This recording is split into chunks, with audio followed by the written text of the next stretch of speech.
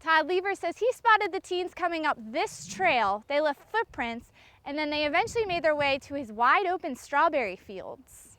Now that spring has sprung and warmer weather has hit the Midlands, you can expect to hear a lot more coughing, sniffling, and sneezing going on. Allergy season is underway, and Shannon Farrer headed out to learn more. Aside from this computer, most of SGTV's computers are Macs, but one technology expert says running the outdated XP system just isn't a good idea, no matter how secure you feel you are.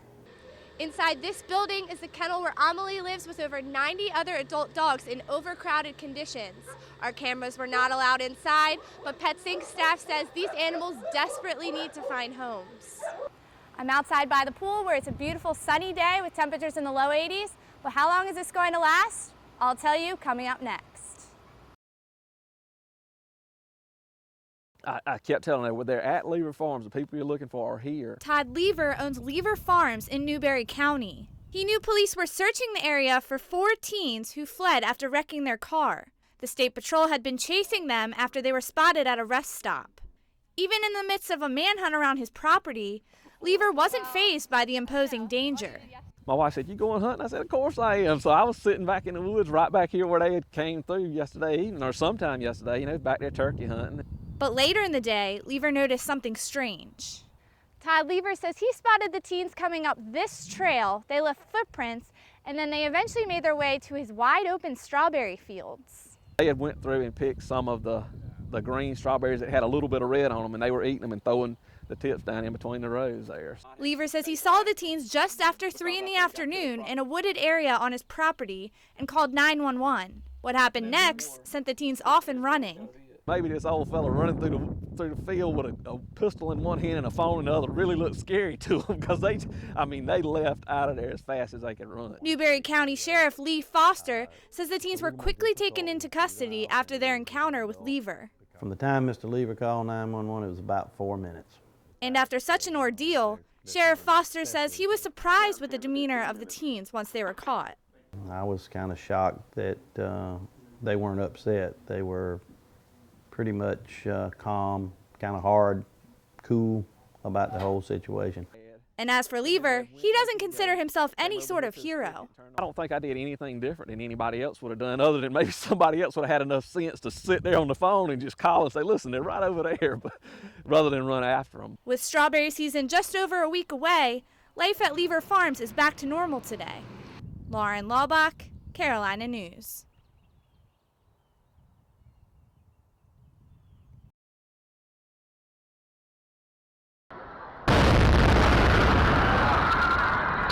I remember thinking, was that supposed to happen?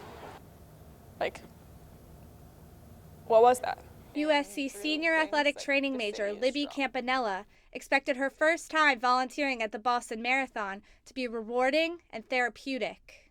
Something just blew up and then it went up again. And I thought someone's trying to hurt us. But it turned into a nightmare when 2 bombs exploded near the finish line, about 50 yards from her station at a medical tent. Everyone around me started running the other way for their lives.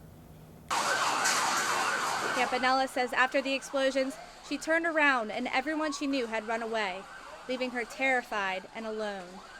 People were asking me, just as a medical volunteer, because all the medical volunteers were wearing a white jacket, they asked me what had happened. And obviously I had no idea, but in my mind I knew it was a bomb. I knew that they were both bombs. Her first instinct was to make sure her family knew she was alive and uninjured. And I didn't know if my mom was going to be watching the news and see it and think. And my dad was actually operating at the time, and they had the radio on in the operating room, and they heard that there had been bombings. He didn't know if I was okay. The memories of what Campanella witnessed that day are still too painful for her to discuss openly. After that, something that scared me to death, I didn't want to ever go back. But now, over a year after that tragic day, after lots of personal reflection, Campanella is going back to volunteer again Monday. I really need to go back, and on Marathon Monday, it's not going to be about me. It's going to be about the runners, because they're the ones that need us. They need our support. They need us to medically help them, and they just need us to be there, standing there, and show that we are able to face these fears. Lauren Laubach, Carolina News.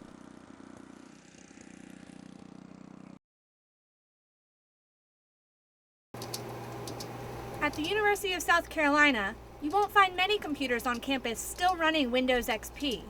But there is this one, used by students involved with Student Gamecock Television. We just had dollars that we had to put in other areas as such, and that machine had been operating properly and we had not had any problems with it, so that's why it hadn't been changed out yet.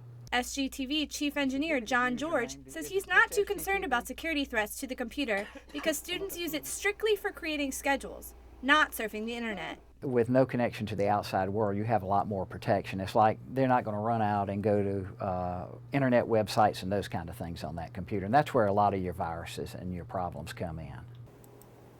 Aside from this computer, most of SGTV's computers are Macs, but one technology expert says running the outdated XP system just isn't a good idea, no matter how secure you feel you are.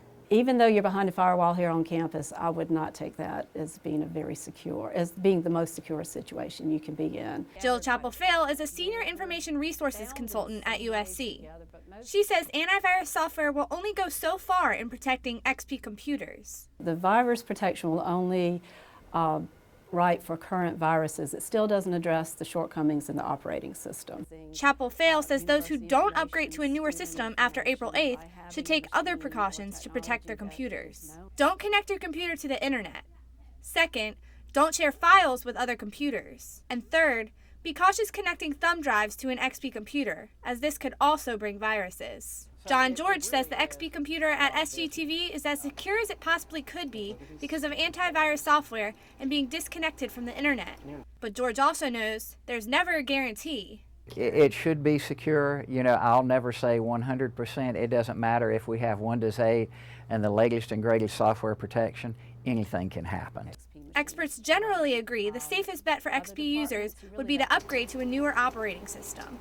Lauren Laubach, Carolina News.